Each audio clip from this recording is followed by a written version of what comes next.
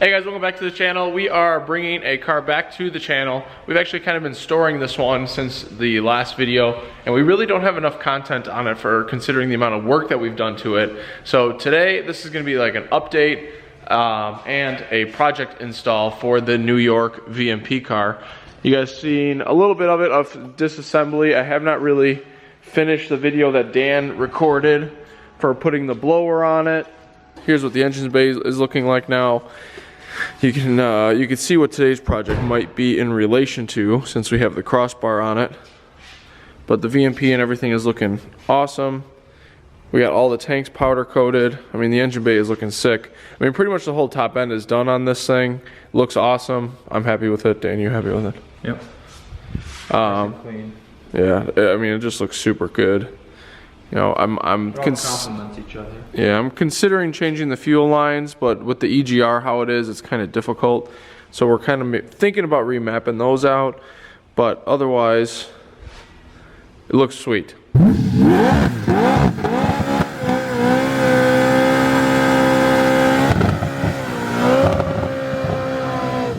If you're new to the channel or you haven't seen the previous episode on this car was actually shipped to us from New York. We sent out a trailer, picked it up, brought it here, and really making it from a bone stock-ish Cobra to exactly what the guy wants or needs to be happy with it. And that involved obviously putting a full fuel system on it. This is a Gen 3 VMP, high boost intake, AccuFab throttle body, Metco idler kit, and the overflow tanks, bigger heat exchanger, just a lot of the standard stuff. It already has a 26 spline input shaft. We put an RST clutch in it. We put a flywheel in it. I think that's it for there. You know, new clutch cable, small things like that. Caster camera plates, and now we're kind of moving into the suspension portion of the upgrades, which are going to start with a Maximum Motorsports front K member, coilovers. And that requires the oil filter relocation kit like you've seen us do on the channel for other Maximum Motorsport front ends. And we are also installing ARH inch and 7, I think they're inch and 7/8. It's a 3-inch collector, long tubes with high flow cats. This car is a little bit more of a pain because in New York they have one of the strictest emission laws short of California and Illinois. And so we have to keep cats, we have to keep the EGR on. You know, there's no exemption or anything like that. So we are putting long tubes on it, and what we want to do is before we tear this thing apart so you can't hear it anymore, we're going to compare and see if there's any sound differences between the current setup, which is stock manifolds, high flow cat, X pipe, and MagnaFlow exhaust. The cat back is going to stay the same, but we're going to put long tubes on it and high flow cats, see if the sound changes, and then most importantly, all the tuning required modifications are going to be done on this car for now. So we won't really, so then we'll be in line to go to the dyno and we'll be actually seeing what this Gen 3 VMP will crank out on 93 octane. So Dan's going to start it up for us. We'll see what it sounds like, give it a couple revs. We are inside, so it's going to sound a little bit better, but it'll be inside when we start it with the long tubes, so it's a fair comparison.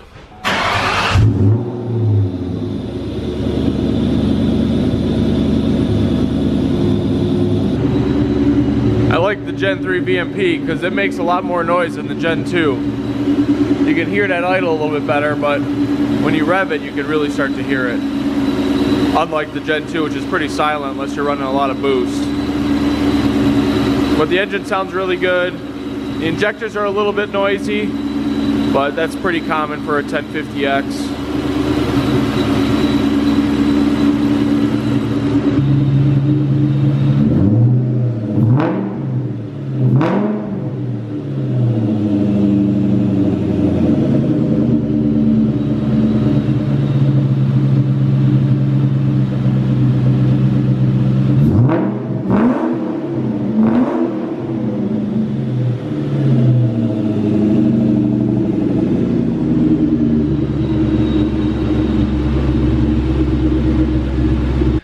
So that is what it sounds like currently. Now Dan is gonna start tearing it apart, set up maybe a time-lapse situation going on. I'm working on a couple of the new videos that are coming out that you guys are probably watching right before this one. And yeah, time to get to work.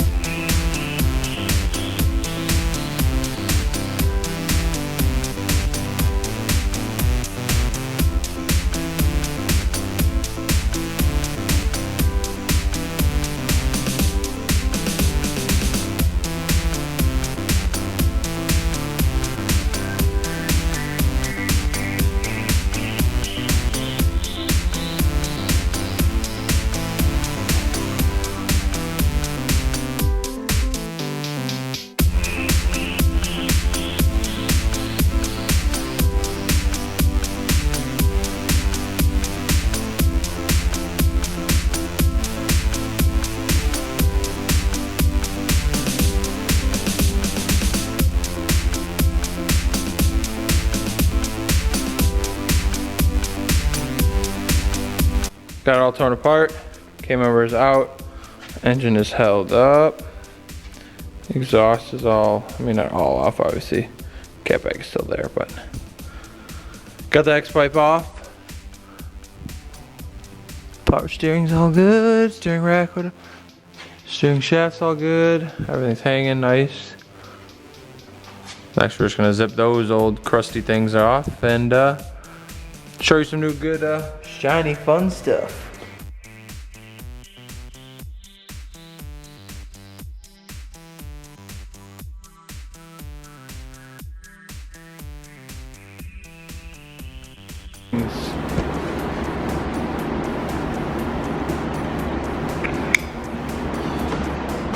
Jeez, that's so cute. Now we're gonna look at all the new stuff. Get a little unboxing.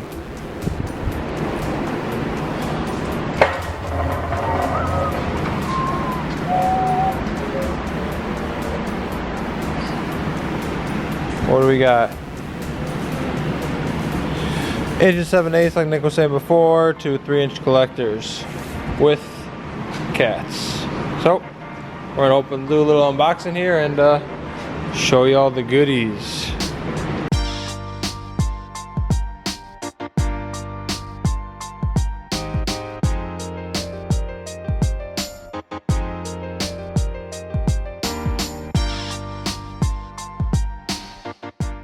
Throw a little tag, look at that. Make sure the flanges are all flat, at least that's what it looks like. We'll probably double check. They cleaned the very ends, so that's pretty nice. Quality, gotta love it. All looks good. Great job, ARH. So now we'll get on to those next two boxes, but a lot of goodies coming. Got ARH engine 7/8, 3-inch collectors with high flow cats. Back to the 2.5-inch cat back. Boreless stingers that are still on the car, but it's been a breeze so far, so knock on wood, it's looking good.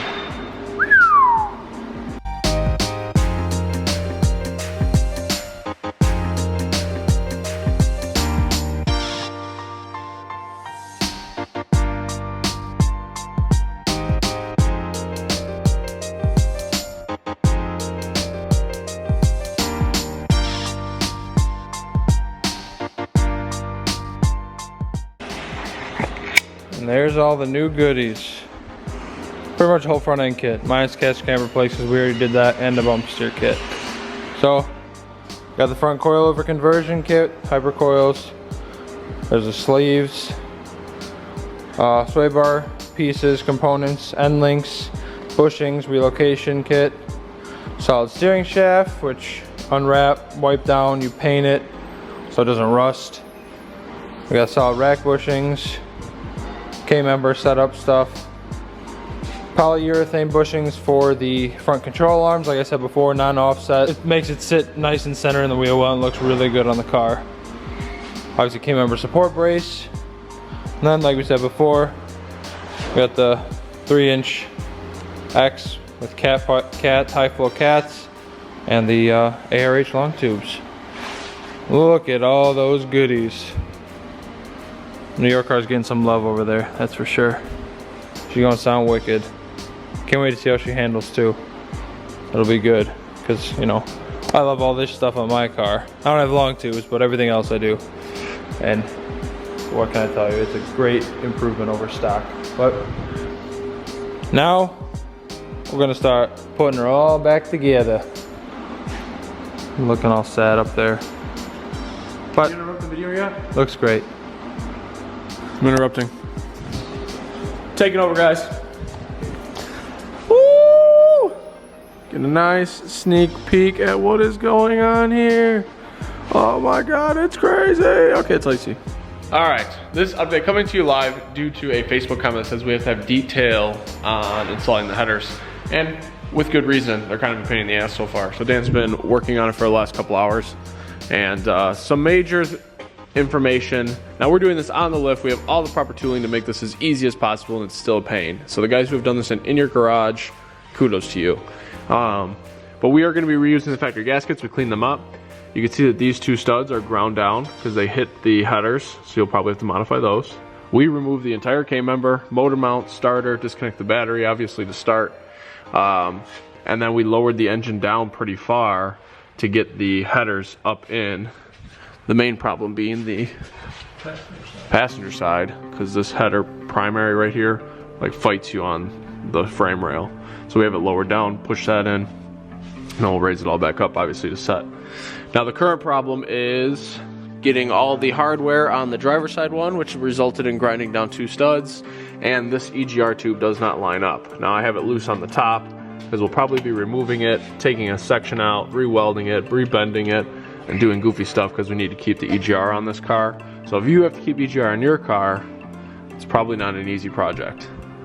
This one does have an aftermarket blower, which might have altered our EGR location, so that is probably compounding the issue. But otherwise, the headers are great. I mean, Dan kind of showed you guys a overview on them. They're really nicely done, I think. I think they're really nice. Any other main concerns you have so far, Dan? Nope. It's been a little fight. A little more tedious than we expected at first. You're definitely not throwing a set of shorties on.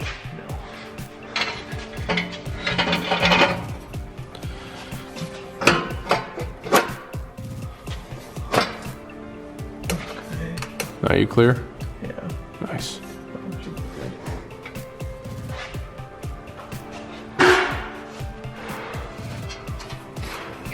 Let me hold it.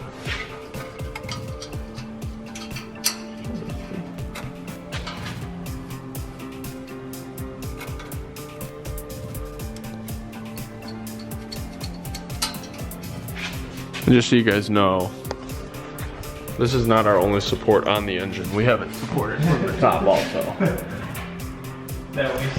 Don't want you guys to have any confusion that we are like just dangling this thing on this. This is just for extra support if we're pushing and pulling on the engine. We want to make sure that it's got ample support to hold it, because it is literally just floating. It's kind of crazy. We never really worked on them this way until we had a lift, and wow, it makes everything so much easier. All right, so any other tricks or tips that we come up with that helps this header install, we'll bring to the video, but I didn't want to just skip to having them completed because Shannon would not be happy with us. So Shannon, there's your update. Well, I know for the last 37 seconds you've been wondering, how is this project going? And it's going terribly. It's dark out several hours later after we started this long tube install. We've had the driver header off twice, well, on twice. This is the third time. It's the third time going on? We're amateurs on this project so far. Now Dan's gonna drill while we're recording, so that's convenient. But the passenger side header's on. The driver's side header is getting finished up. And that's about it. Some really difficult things were this bolt right there, number 3 on the top, was damn near impossible. We have the engine dropped currently, I don't know, I would say like 4 inches or so from its resting position. That one was a doozy.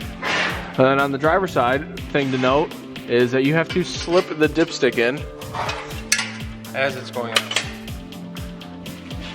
You have to put the dipstick in while the header's loose, so you can finagle it into there. Once I would say not even in. Like we just didn't even have it in. We put it like up there. You gotta like be putting them both in the position at the same time. So that's why that's on there now versus a few hours ago. So word from the wise: pay somebody to do this project. Don't do it yourself. Don't do it on your back in the garage either, because that ain't gonna be much easier. But, so the header install is just about wrapped up. We added an O2 bunk that's gonna get a wideband, and we need something to data log wideband on the dyno.